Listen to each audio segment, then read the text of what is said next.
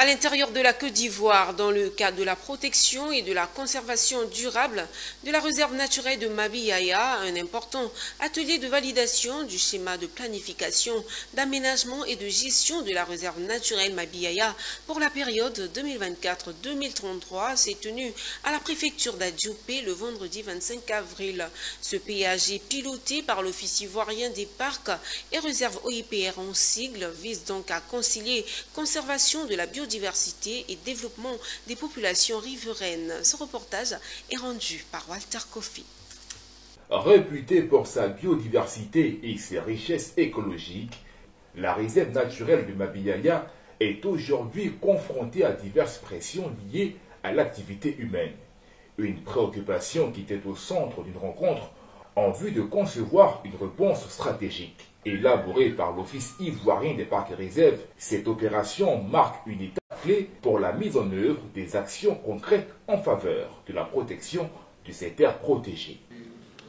On vous a dit notre vision dans le plan d'ici 2050, c'est de restaurer carrément cette réserve-là, bien la protéger, parce que ces sites-là, on les protège pour la recherche scientifique et puis pour l'écotourisme.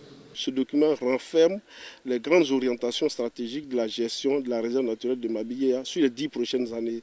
C'est-à-dire les activités que l'OIPR entend réaliser sur une période de 10 ans pour la préservation et la conservation de ces terres protégées.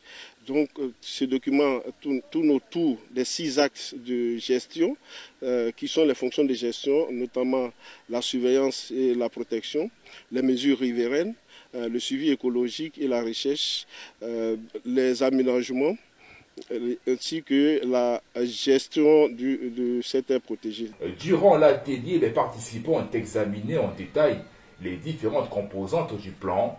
Des recommandations ont été formulées pour garantir l'efficacité de la mise en œuvre. Les participants ont réaffirmé leur engagement à accompagner les actions du PAG et renforcer la sensibilisation des populations sur les enjeux. Nous avons fait prendre conscience à la population que les réserves, contrairement aux forêts classées, n'admettent pas l'intrusion humaine. Et je pense que c'est cette sensibilisation apportée aux populations qui a impacté pour le déclassement d'une partie de la réserve. Nous allons continuer dans cette voie-là. Notre mission autour de la réserve naturelle de Mabiyaya, c'est vraiment d'appuyer les populations au développement local par l'élaboration de plans de développement locaux et de financer un des projets prioritaires. Il faut rappeler que la réserve naturelle de Mabiyaya est une aire protégée située dans le sud-est de la Côte d'Ivoire. Elle est sous la tutelle du ministère de l'Environnement et du Développement durable.